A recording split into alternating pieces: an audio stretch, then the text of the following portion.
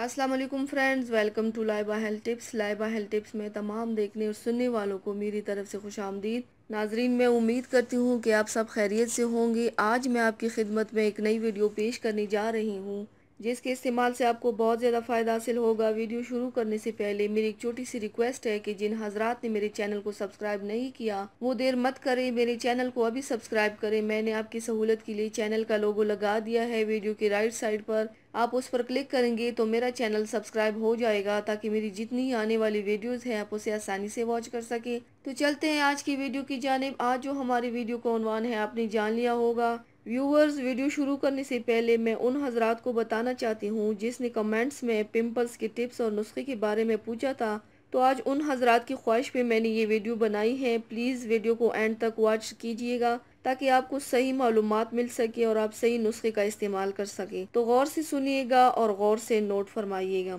Viewers, आज मैं आपके साथ शेयर करूंगी एक all natural organic face wash. उन लोगों के लिए बेहतरीन है जिन लोगों के चेहरे पर पिंपल्स या फिर छोटे छोटे दाने होते हैं। ये फेस वॉश न सिर्फ चेहरे से पिंपल्स को हटाएगा बल्कि पिंपल्स को कभी फ्यूचर में नहीं आने देगा। इसके पहले इस्तेमाल से आप देखेंगे कि आपकी पिंपल्स सूखने लगे हैं और 1-2 दिन में ही वो गायब होने लगेंगे।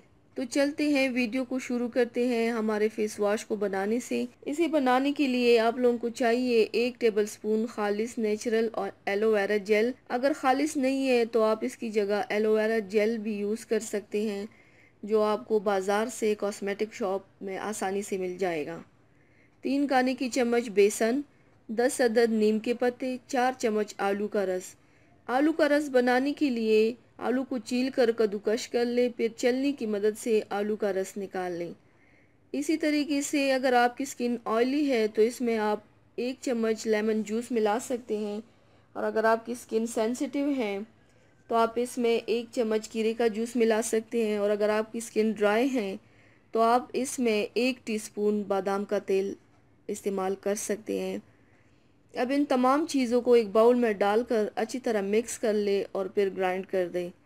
अब इसको किस तरह से इस्तेमाल करना है। सुबह उठने के बाद आप इस फेस वॉश से मुंह धो लें। रात को सोने से पहले इस फेस वॉश को इस्तेमाल करना बिल्कुल ना भूलें, और अगर आप कहीं बाहर जा रहे हैं तो घर आने के बाद इस फेस वॉश से अपना चेहरा धोना मत भूलें। एलोवेरा में एंटीबैक्टीरियल प्रॉपर्टीज़ होती हैं जो कि पिंपल्स को ठीक करने में बहुत ही इफ़ेक्टिव होती हैं, और ये पिंपल्स की रेडनेस को भी कम करता है।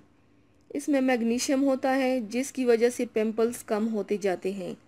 बेसन हमारे चेहरे से ड्राइनेस को रिमूव करता है और पिंपल्स के मार्क्स को भी कम करता है। नीम में पावरफुल एंटीबैक्टीरियल प्रॉपर्टीज़ होती है जो कि पिंपल्स को जड़ से ख़त्म कर देता है और ये पिंपल्स को फैलने नहीं देती। पोटैटो जूस में ब्लीचिंग प्रॉपर्टीज़ होती है जो कि हमारे पिंपल्स से हो जाने वाली स्पॉट्स को क्लियर कर देती हैं और हमारे स्किन का कलर एक जैसा रखती हैं। इस फेस वॉश को लगाने के बाद चेहरे को ठंडे पानी से धो लीजिए, फिर आपने मॉइस्चराइज़र लोशन लगाना है। अब मैं आपके साथ कुछ टिप्स शेयर करना चाहती हूँ। इसको रेगुलर बेस पे ज़रूर इस्तेमाल करना है। दिन में 2 से 3 मरतबा अपना चेहरा धोना है, बिल्कुल ना भूलिएगा। डेली बेस पे अपनी स्किन को मॉइस्चराइज़र करना है। अगर आपके चेहरे पर पिंपल्स हो तो आपको दूध हरगिज़ नहीं पीना है, क्योंकि दूध पीने से पिंपल्स के चांसेस बढ़ जाते हैं। एक ज़रूरी बात यह है कि अगर आपके चेहरे पर पिंपल्स हो तो आप गंदे हाथों से बिल्कुल ना छुएं। ऐसा करने से वहाँ के बैक्टीरिया फैल जाते हैं, इससे आपके स्कार्स भी हो सकते हैं। तो व्यूअर्स, ये थी मेरी आज की वीडियो। उम्मीद करती हूँ आप सबको पसंद आई होगी।